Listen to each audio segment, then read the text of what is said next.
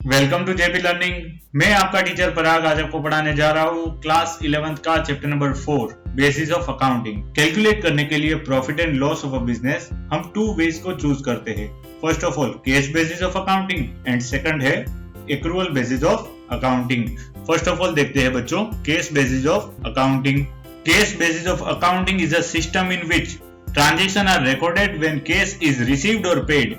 यानी कि cash basis of accounting में ट्रांजैक्शन को हम तभी रिकॉर्ड करेंगे या तो हमें कैश मिले है या तो हमने कैश को पे किया है।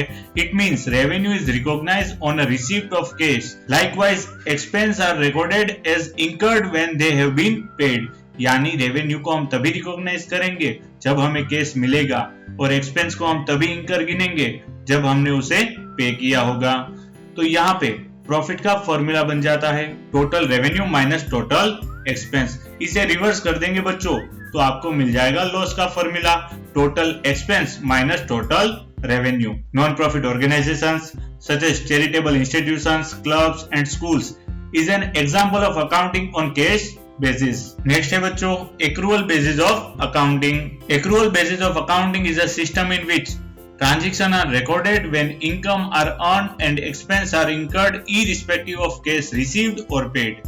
Accrual basis of accounting वो सिस्टम है अकाउंटिंग की जिसमें ट्रांजेक्शन रिकॉर्ड किए जाते हैं तब जब इनकम अर्न हो रही है और एक्सपेंस इंकर हो रही है, भले ही हमें कैश मिला हो या ना मिला हो, या तो हमने कोई एक्सपेंस पे किया हो या ना किया हो।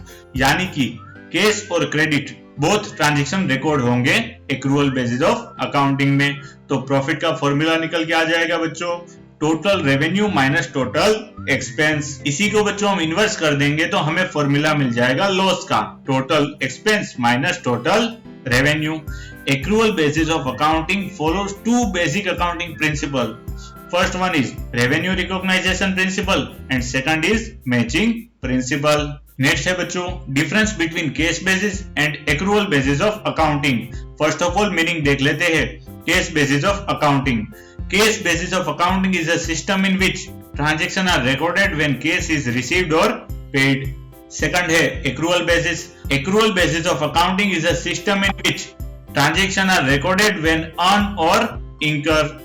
नेक्स्ट है बच्चों nature. Cash basis of accounting में सिर्फ कैश ट्रांजैक्शन ही रिकॉर्ड कर सकते हैं हम, लेकिन एक्रूअल बेसिस ऑफ अकाउंटिंग में हम कैश और क्रेडिट बोथ ट्रांजैक्शन रिकॉर्ड कर सकते हैं। नेक्स्ट पॉइंट है बच्चों legal position. Cash basis of accounting को कंपनी एक्ट 2013 के अकॉर्डिंग रिकॉग्नाइज नहीं किया गया, लेकिन एक्रूअल बेसिस ऑफ अकाउंटिंग को कंपनी एक्ट 2013 के अकॉर्डिंग रिकॉग्नाइज किया गया है। नेक्स्ट पॉइंट है बच्चों reliability. Cash basis of accounting less reliable है, लेस ट्रस्टवर्दी है, लेकिन accrual basis of accounting more reliable है, मोर ट्रस्टवर्दी है, क्योंकि वो बिजनेस का correct profit and loss represent करता है। नेक्स्ट पॉइंट है बच्चों profit and loss. Cash basis of accounting में आपको बिजनेस का एक्चुअल प्रॉफिट और लॉस नहीं मालूम पड़ेगा, लेकिन एक्रूअल बेसिस ऑफ अकाउंटिंग में आपको बिजनेस का करेक्ट प्रॉफिट और लॉस मिल जाता है, क्योंकि इसमें कैश और क्रेडिट बोथ ट्रांजैक्शन को रिकॉर्ड किए जाते हैं। तो आज के लिए बच्चों इतना ही,